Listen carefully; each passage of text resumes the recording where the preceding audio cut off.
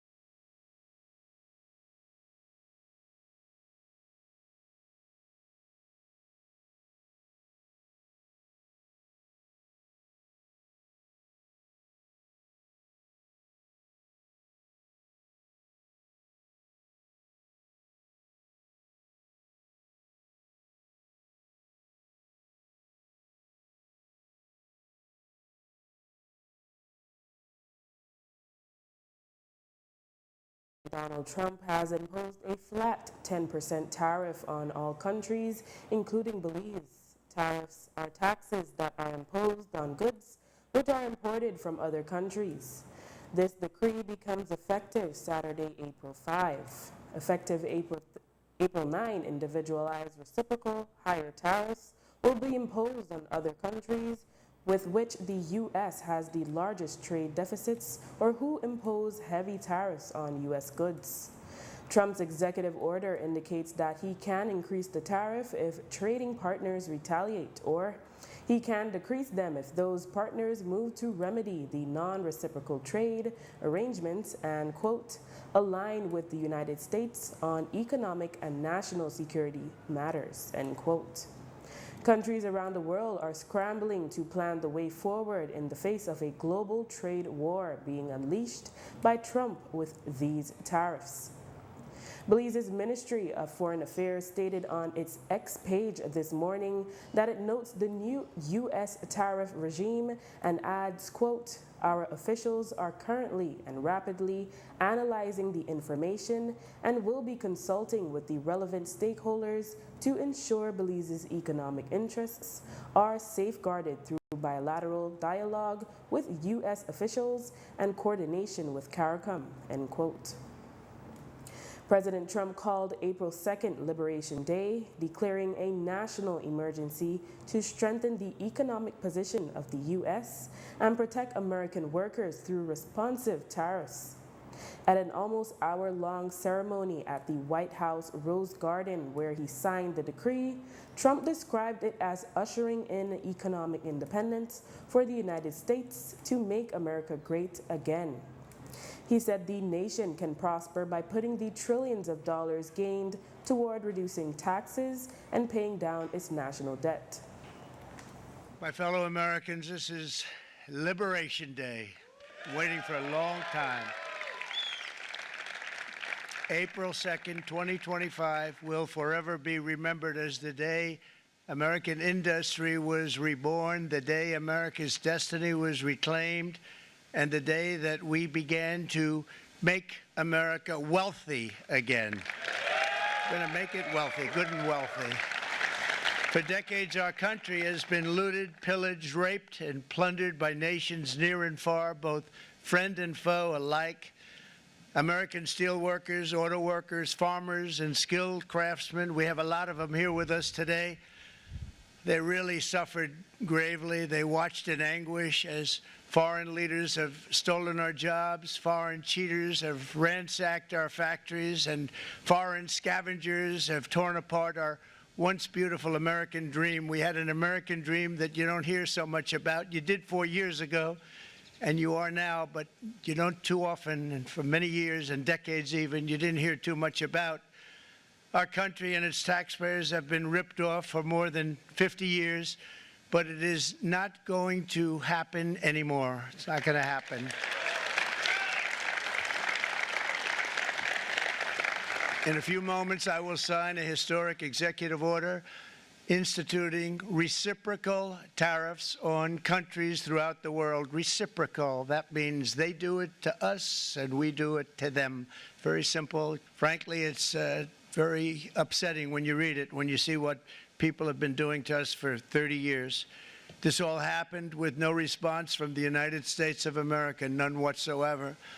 But those days are over. Let me offer just a few examples of the vicious attacks our workers have faced for so many years.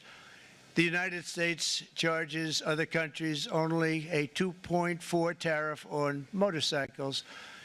Meanwhile, Thailand and others are charging much higher prices, like 60%. India charges 70%. Vietnam charges 75%, and others are even higher than that. The tariffs include a 25% tariff on all foreign-made vehicles that the U.S. imports. Late this afternoon, Minister of State Christopher Coy reported that the government of Belize convened an emergency meeting today with all relevant line ministries and government agencies to discuss the matter. He shared that at this time they are engaging in a data gathering process nationally and regionally to assess the potential impacts. But to the extent that they apply to our exports and especially our key exports, we have to look at how we go about mitigating the impact of those tariffs and even consider what opportunities may arise. It's something that is relative. If the baseline is applied across to all countries, then relatively speaking, we are not in any worse off position so far as our exports are concerned. It's from a relative standpoint where some might be exempted and others are not, then we have to look at how it adversely affects us. So there are a lot of there's a lot of uncertainty and a lot of moving parts. So it's hard to just give you anything definitive at this point. But at the same time, as we are doing the analysis and foreign trade in particular, as they are doing that analysis, the key exports are what we are focusing in on. Belize's key exports to the US, they're what we're focusing in on and looking at what is the best approach for those key exports. The approach might not be the same one export to the next. At the local level, prior to this, work has been done or is being done in terms of what to expect, analyzing based on those expectations. Foreign trade has been putting in a lot of work on that score. From the macro level, the central bank has been looking at this as well. Now, beyond that, definitely there have been discussions. I believe there are expected further discussions on the multilateral level through CARICOM. As I understand it, there is a meeting, I believe tomorrow, of CARICOM heads, and I'm sure this will be an important agenda item. April 9th, there is also to be a further meeting of CARICOM. I think that would be more technical discussions, and the U.S. tariff will be a key agenda item for discussion on that. In preparation for that, I believe foreign trade is doing quite a bit of analysis, and we'll have those engagements with our key exporters to the U.S. to appreciate what are their concerns and what advocacy they are looking forward to. We asked the minister about the potential that inflation will increase based on our importation of goods, whose manufacturers may be facing increased tariffs from the U.S. You can look at our data reflecting the inflation in Belize. You could see that the inflation has been moving downward. I think in the last month it was 1.6%. So it's certainly on a downward trajectory. Yes, there is quite a bit of discussion on the inflationary effects of these tariffs in the U.S. And as they say, when the U.S. sneezes, we catch a cold. Certainly, if there is substantial inflation in the US, we can expect that it will have an impact through the imports that we get from the US. It will have an impact on Belize, an inflation effect on Belize. I wouldn't want to say that inflation is a matter of, or heightened inflation is a matter of certainty, because we're talking about tariffs, and you've seen what has happened with the back and forth on tariffs with Canada and Mexico and EU and all of that over the past couple of months. There's a proposition, and then there's adjustments to that proposition. So I kind of think that there will be some adjustments, and there will be back and forth. I'm sure there will be some challenges, but I think we will make headway. And that's from the Belize standpoint. I do expect that there will be some resolution over time in the US as well. There will be an impact in the meantime, and whether it in fact is inflationary is yet to be determined because that's an assumption that the economy will be growing at its pace, and so you'll have an add-on. But if the tariffs in fact have slow growth or slows the growth in the U.S., then demand, macroeconomic demand actually will fall, and so that the effect of tariff, the inflationary effect of tariff will be offset by that. So it's yet to be determined. I can't say that it will actually be inflationary at this point. When he addressed the American people Wednesday, U.S. President Donald Trump stated that the sweeping tariffs he was introducing will help build back the U.S. economy as they will force Americans to buy U.S.-produced products. Jody Williams, the Vice President of Commerce at the Belize Chamber of Commerce and Industry, BCCI, and the Export Sales Director at Marie Sharp's Fine Foods Limited, explained that in Belize we would also be affected by the tariffs imposed on other countries. Williams explained that some of the products we import from the U.S. rely on items that are imported in the U.S. from other countries, and that's how the tariffs imposed on other countries would affect Belize. All these years, there was 0% tax for food products from Belize into the US. Now, that's no longer the case. Now, for our partners in the US, our importers, they have to pay a 10% new tariff rate and cost for importing, let's say, food products from Belize. Definitely will increase inflation.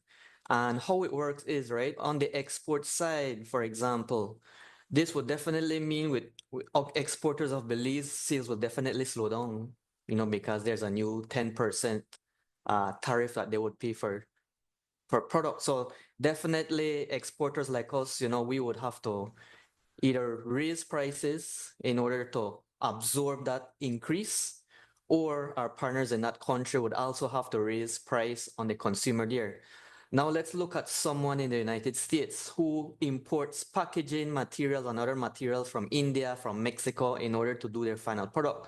Let's say bottles, boxes, and so forth. They would definitely pay higher tariffs on these packaging materials, even though they do the final packaging in the US, right? So now when we are getting these products from the US to Belize, all these tariffs and these extra costs will be added to that product that's coming to Belize. So, if we like that butter coming from the United States, food products, that ham, definitely will continue to see rise in prices of goods and also products who definitely outsource materials from other countries who are being, where these taxes are being imposed on. Williams, in his capacity at Marie Sharp, said that his company would need to look at other markets such as Dubai and Japan. However, he said that these markets are already affected by global events such as wars and post-COVID effects. He also explained that since the tariffs were immediately enforced, goods and products already in transit will be affected. The U.S. is one of our largest partners in importing and also exporting. And definitely a countermeasure is trying to look for new markets that is not the US. But we get many tourists mostly from the US as well. They eat our products here and they take back. So, there's a trickle effect. For us, definitely, we have to look at other markets like Dubai, like Japan, but guess what's happening? Like in Japan and other markets, they are already been hit hard with post-COVID, the war in Ukraine and Russia, high inflation. So the US market was kind of booming, but it is said now that the US is headed for a recession if Trump continues on with these decision making. And the thing is here as well, we don't have any certainty whether this reciprocal 10% tariff will be permanent. Is it only short term? Right now, as we speak, we have some officials in the U.S. who are proposing bills to say that Trump didn't do the process. You needed to take this 60-day process into Congress for it to be approved and so forth. So let's see what happens. It would either stay or it will go away. Until then, definitely persons in the U.S. will not be buying our products. They will wait and see if this 10% will go.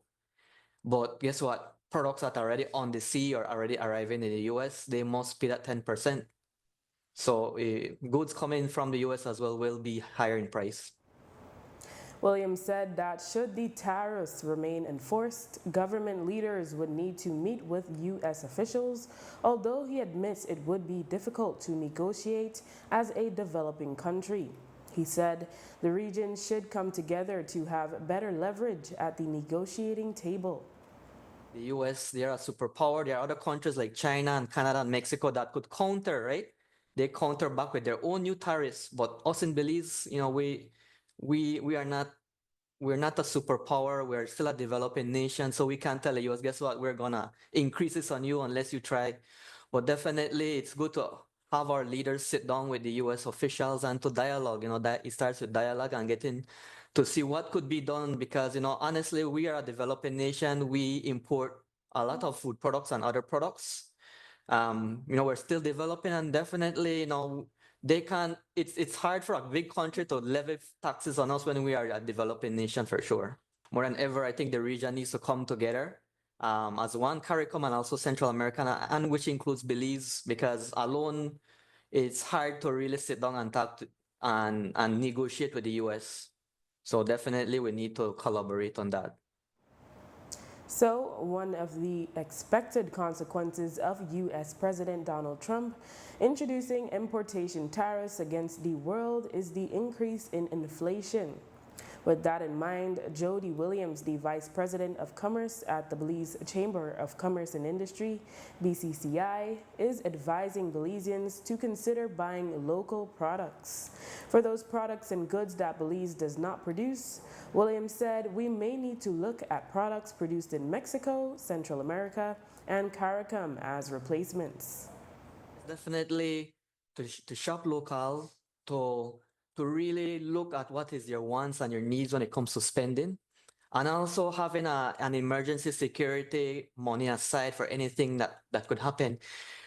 We know with all these tariffs, this is happening not only in Belize but worldwide. Everything will continue to go up. We are already facing high prices as we speak. So, now we need to really sit down and say, do I need to get that new radio or that new phone, or do I put up my money for food products? Do I invest into my children's education?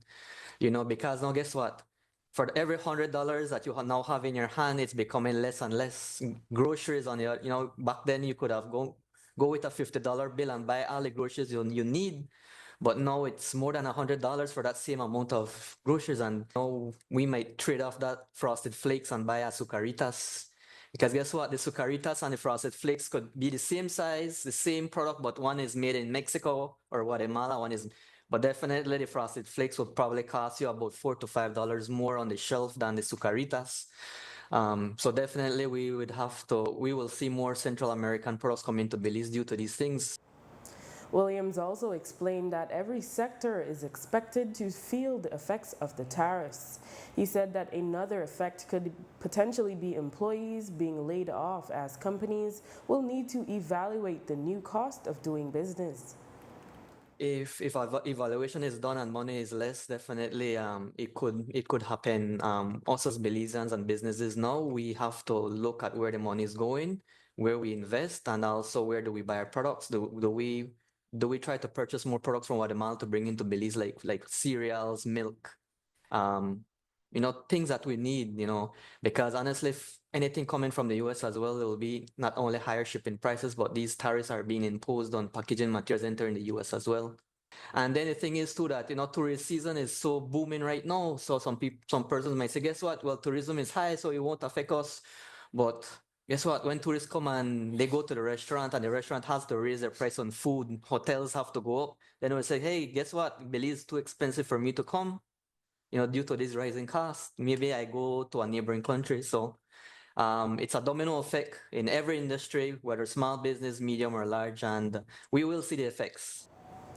XTV has confirmed with Cabinet Secretary Stuart Leslie, who oversees all CEOs, that Chester Williams is on schedule to report Monday as CEO of the Ministry of Constitution and Religious Affairs, Indigenous Affairs, and Transport. This is in spite of a release that was put out just this morning by the Ministry of Home Affairs, informing that there would be a structured 1-month orderly transition process that commences immediately to facilitate a smooth handover of the responsibilities of the Commissioner of Police. Their release states that at the conclusion of this transition period, Dr. Anthony Rosado will officially assume the role of Commissioner of Police after a handing over ceremony. The ministry says that the transition ensures institutional knowledge is preserved and operational priorities remain uninterrupted. After the break, scare at Compre following report of student with a gun, and Cabinet asked for constitutional amendments to get redivisioning done within a year. Stay with us.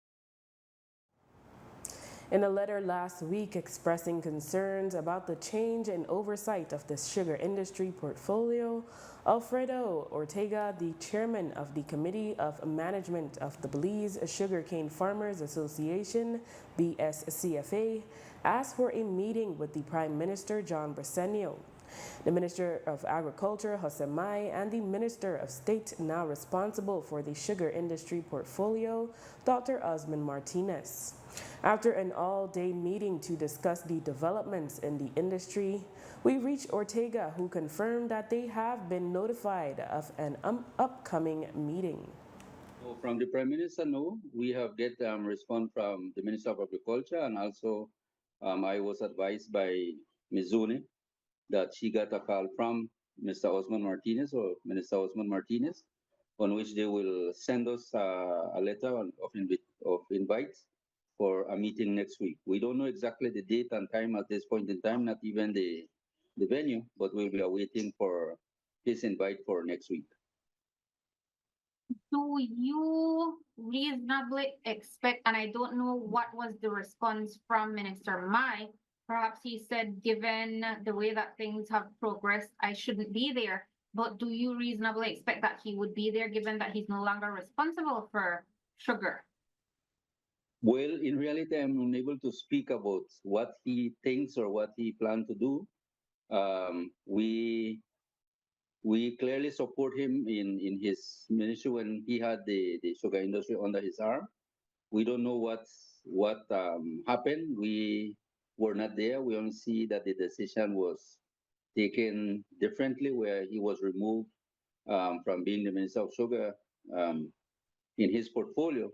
So we cannot speculate on that. All what we want is that each one of them and everyone involved, we want to be very clear where we'll be moving from here now on, because there's a lot of things that we need to do. We have the Commission of Inquiry report that we have to go through. We have also the negotiation that we need to start to do with BSI. We have other internal things that we have to do as an organization. So there's a lot of things that the association have to go through now. So that is why we want to know what are the plans that they have, since there are new people involved now in the leadership or in the high level political leadership of our country. So we want to know what their plans is from now on.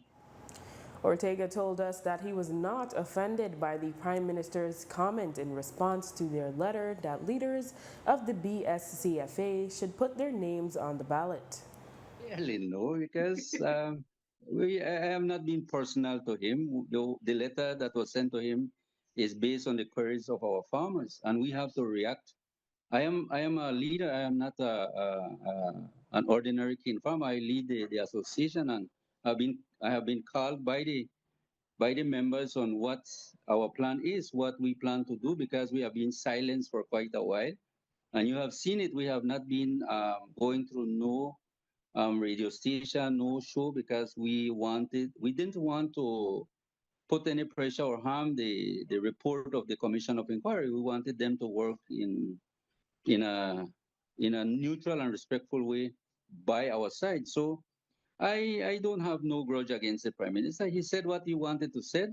I think that we live in Belize, we are Belizeans, and I think that as Belizeans, cane farmers, we need to get the benefit of our labor. Ortega affirmed that they are not seeking any confrontation with the government. We asked if he would concede that Minister Mai was leaning too much in favor of the Caneros. As I said, we are not looking for any confrontation. What we want is that we get the benefit of what our farmers really looking for, that there is a equity, that there is a just balance that our farmers should get. Since ASR became the owner of BSI since 2012, there has been a lot of differences, and there have a lot of things that happen with the UDP time, now with the PUP time. And I think that Mr. Mai have seen the struggle that we the farmers have gone through, even himself being a farmer, a cane farmer. He have seen those struggles, and that is why it's not that he was leaning towards completely over the cane farmers, but I think that what he was looking for is that there justice be done so that everyone can benefit out of the sugar industry. I believe that that was his um, thoughts and that was his move, where he wanted that the industry be equitable to everyone. In the case of the Prime Minister, Ortega says they are merely asking that he ensures there is equal benefit for everyone so that the Caneros receive a fair cane price and the miller can make their money. As we have reported, sugar industry stakeholders have now received the full report from the Commission of Inquiry. Dated February 3rd, 2025, the report is 205 pages long. The executive summary indicates that the Commission recognized the urgency of addressing the ongoing disputes between the miller and the Belize Sugarcane Farmers Association, BSCFA, and indicates that the findings of the report are crucial to resolving those issues apart from supporting the entire industry as it prepares for the 2025 crop season and beyond. Tensions over revenue sharing spiked since the expiration of the 2015 commercial agreement between the BSCFA and BSI. The inquiry found that there is a historical precedent for government intervention in the industry dating back to October 1969, when Premier George Price ordered another commission of inquiry to address significant challenges at that time. With the latest two-year interim agreement no longer applying to the next season coming up in December 2025, a new agreement needs to be negotiated. Alfredo Ortega, chairman of the BSCFA's Committee of Management, said an all-day meeting Wednesday of the board members was intended for them to chart the way forward based on the recommendations of the report, which they must now review. He told us they will issue a letter to BSI shortly requesting a meeting date for negotiations to begin. We will go through it so that we can prepare ourselves. Whenever we start the negotiation, we'll be sending a letter not too far from here to BSI on which we will be requesting a date and time for us to start to meet for a negotiation with them. We are looking into what are the recommendations from the Commission of Inquiry. And once we go through the report, then we will see what they are recommending. And based on their recommendation, we will see if it matches in some way or form what we were asking in our negotiation with them. And if not, well, we will see what it entails. And from there, we will be moving on to negotiate for a new agreement with BSI ESR. Cabinet at its meeting on Tuesday reiterated that the redivisioning report of July 2023, produced by the Elections and Boundaries Commission, EBC, quote, were unworkable and did not satisfy the requirements of the Constitution, end quote. As such, the minister responsible for elections and the Attorney General have been asked to liaise with the Commission regarding any constitutional amendments needed to undertake a redivisioning exercise. The Constitution allows for an increase in divisions, but not for an elimination.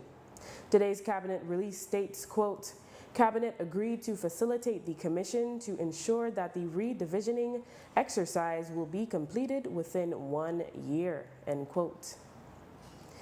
In other news, police were called out to Belmopan Comprehensive School this morning to follow up on reports that a student had taken a firearm on campus. The information shared with police was that the student had shown the weapon to other classmates. The suspicion was that the firearm was brought following an incident on Wednesday where it was reported that another student had a knife in his possession during a fight. Police conducted searches and patrols, but no firearm was located. Classes had to be interrupted but resumed after the police sweep. After the break, a jazz quartet to make their Bliss debut tonight. Stay tuned. 20 years ago, we built a company that is about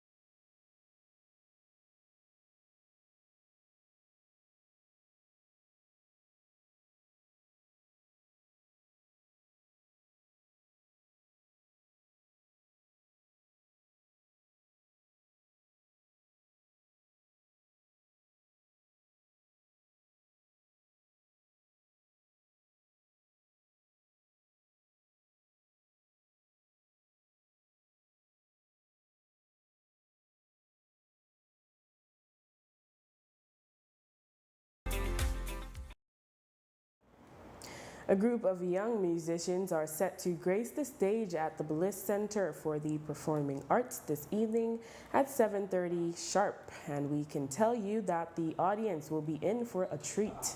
The Loreto Palayo Quartet will be making its Bliss debut, and the band promises a night of jazz tunes that would please any ear. If you are a gamer, then tonight's concert will take you down memory lane, as many of the pieces being performed features tunes from video games such as Zelda, Super Mario, Pokemon, Donkey Kong, and more. Band leader Loreto Palayo said he got into music in his teens back when he played these games. He spoke more on what can be expected tonight. Yeah, so this concert has been in the work for several months, and in a sense, it's the debut concert of our band. And so this is the first time we're performing as a group in the Bliss for our solo concert. And we've brought in a guest from the United States, Nathan Graybill. He's very popular on YouTube for his channel known as Saxologic. And in this concert, we're really bringing out jazz standards and video game music, which I feel aren't that different from each other. And so I'm really happy to share this music with the people who is willing to come out. I started the band back in 2019, and it's changed members and evolved since then. But my core pursuit has kind of always been the same. There's a type of music that I love, which is jazz, jazz in like style of the 50s and whatnot. And I love this music, and there was really no place that I could play this music or hear this music.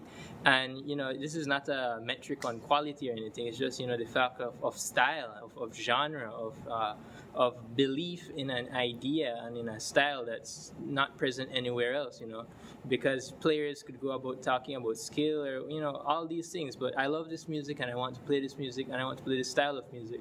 And so really the only place that I could do that is by starting my own band. Joining Palayo's band will be U.S. saxophonist Nathan Graybill, who goes by the stage name of Saxologic. Graybill spoke of how he got into music and how he and Palayo met. I met Loreto online. There's a program with the company I run called Jazz Lesson Videos. It's a program called the Jazz Gym, where we will do online practice sessions with various trainers. I'm one of the trainers, and Loreto is in it, and we just really hit it off. The session's just an hour long a day, but me and Loreto would stay on for like 2 hours after. Wow. Just keep chatting when everyone's left. And then eventually he invited me for a gig here, and I was like, yeah, let's do it. So first time in Belize. Well, my dad played guitar, so I heard it since I was born. He played really loud guitar music, and so I've heard music my whole life.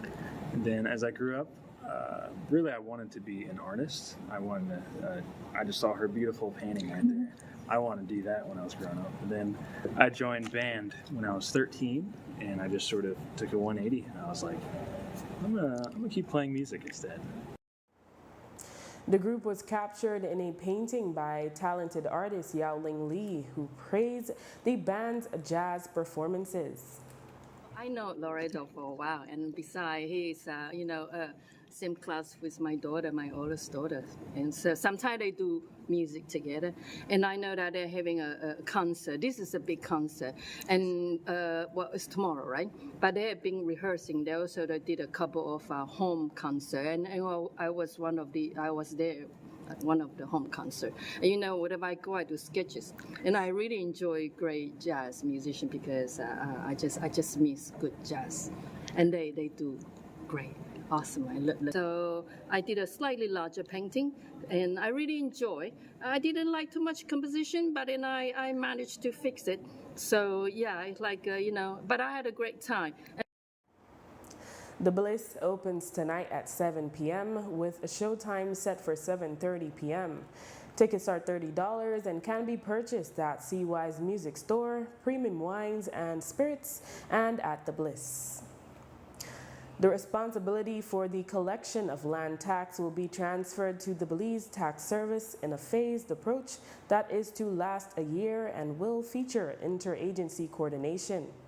In making the announcement, Cabinet notified that the objective is to enhance land tax collection and enforcement. To be used for assessment, billing, and collection is the IRIS platform. Meanwhile, the cabinet has also approved a retention package of allowances for nurses employed in the public health system. This will be done in phases, with the goal being to retain highly and technically skilled nurses. In January of this year, Minister of Home Affairs Honorable Kareem Musa told the media that the Belize Police Department would procure some 1,000 CCTV cameras to be placed across the country at key public locations. He reported at the time that sometimes 70% of crimes had been solved with the aid of cameras. On Wednesday, Musa revealed that some of the cameras have already been installed. The biggest splash, so to speak, for this year is going to be the introduction of 1,000 CCTV cameras. We are already set up here in the Belmopan area. I think when you came into Belmopan, you might have seen them at the roundabouts. We are establishing a headquarters here in Belmopan for the camera room, along with BTL. They will be the service providers, and so we're growing exponentially, I think by some 400% in the number of cameras. I think currently we have around 200 or so cameras, and we just want to grow in terms of our use of these assets, these tools, like innovation and technology, because we have seen where a bulk of our crimes are solved with cameras, whether it is these CCTV cameras or private cameras on establishments. They are of great use in solving crimes, and so that is going to be the big splash for this year. Wednesday morning in Belize City, 36-year-old Stanley Flowers was taken before the court to be arraigned after being charged with 8 criminal counts in connection with the shooting of a police officer on Sunday outside a nightclub in Ladyville, Belize District. Flowers is also accused of shooting at other officers and damaging 2 police mobile units during a chase. He was charged with attempted murder, use of deadly means of harm, dangerous harm against Corporal Manuel Chubb, and 3 counts of aggravated assault with a firearm against Valentine Young, Sebastian Shaw, and Joel Chi, who are all police constables. He was also charged with damaging 2 government-issued police vehicles, a white 2023 Isuzu D-Max pickup and a white Jack T6 pickup truck, with a combined value of over $20,000. Flowers pled not guilty to keeping a firearm without a license. He was denied bail and was remanded to the Belize Central Prison until his next court case, scheduled for June 2, 2025. And with that, we have come to the end of our newscast. The repeat can be viewed on this station later tonight at 9 and again tomorrow at midday. Join us again tomorrow for another news broadcast. I am Drea Espinosa. Have a safe and enjoyable evening.